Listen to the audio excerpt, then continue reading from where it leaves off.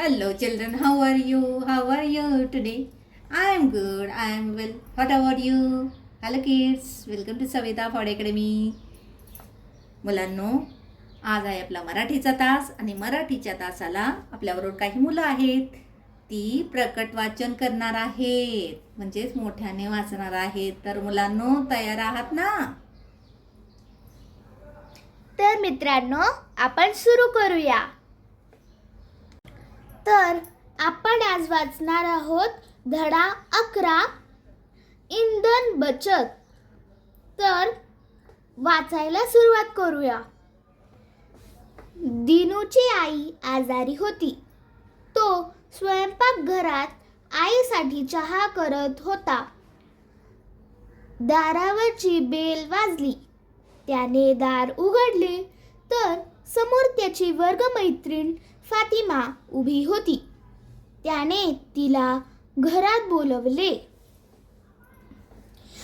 पुढे दिनू हा म्हणतो फातिमाला, फातिमा ये बस.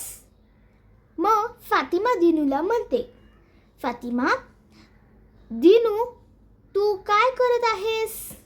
तू काय करतोस? तू काय करतोस? दिनू, आईसाठी चहा करतोय. तुझ्यासाठीही करू का? फातिमा हसत हसत, नको, मी चहा घेत नाही. काय रे, एक कप चहा करण्यासाठी एवढे मोठे पातेलं? दिनू, काय बिघडलं?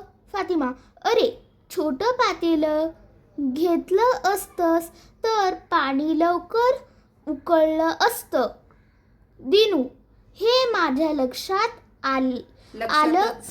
लक्षातच आलं नाही.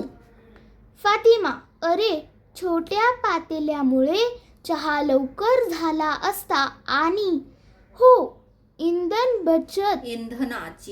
इंधनाची म्हणजे गॅसची ही बचत झाली असती. समजलं? दिनू, समजलं आणि लक्षातही आलं. दिनूने चहा कपात ओतला आणि आईला नेऊन दिला. तर अशासाठी मोठ्याने वाचायचं असतं. शब्द एक असतो आणि तुम्ही वाचता एक. म्हणून जर तुम्ही धडा वाचलात तर तुम्हाला पटापट प्रश्नांची उत्तरं देता येतील. याच्यासाठी मोठ्याने धडा वाचायचा, हो की नाही स्टुडंट सारखा? तर चला, पुन्हा अजून 2 वेळा वाचायचा आहे. चालेल? हो. पुढच्या व्हिडिओमध्ये. आणि मग आपण घेऊयात स्वाध्याय. धन्यवाद.